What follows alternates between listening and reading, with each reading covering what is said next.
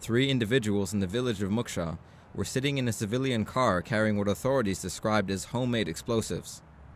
A witness, reported hearing 2 explosives, said one of the people in the car had managed to exit the vehicle following the first blast.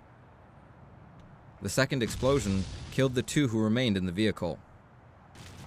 Authorities say it's unclear whether the individuals had planted the bomb themselves or if they were victims.